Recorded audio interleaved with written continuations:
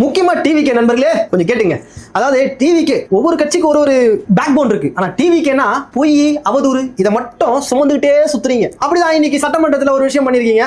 நம்ம CM Joseph Vijay வந்துட்டு ஏழை எளிய மக்கள், அதாவது 234 ஏழை எளிய மக்களுக்கு வசதியான ஒரு கார், அந்த கார் இனோவா இருக்குன்னு சொல்லி ஒரு சட்டமன்ற உறுப்பினர் சொல்ல, இன்னொரு சட்டமன்ற உறுப்பினர் அதாவது பெரியகுளம் சபரி அவர் என்ன சொல்றாருன்னா, கல்லூரி படிக்கும் போது காதல் தோல்வி, வேலையும் இல்ல காரும் இல்ல, இன்னைக்கு வேலையும் கொடுத்திருக்காரு தலைவர், காரும் கொடுத்திருக்காரு.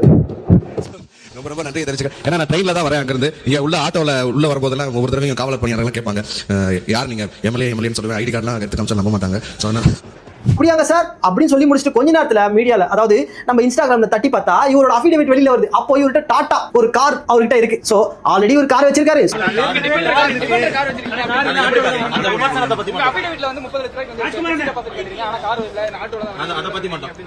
இத பத்தி பத்திரிகையாளர் வந்து கேட்க சொல்ல, சோசியல் மீடியாவை நம்ப கூடாதான், அதுல வரதெல்லாம் பொய்யா அப்படின்னு யார் சொல்றா? உங்க டிவிக்கு எம்எல்ஏ. ஹேய், பொய்ய சொல்லிட்டு பப்ளிக் எப்படி ஃபேஸ் பண்றீங்க? புரியல.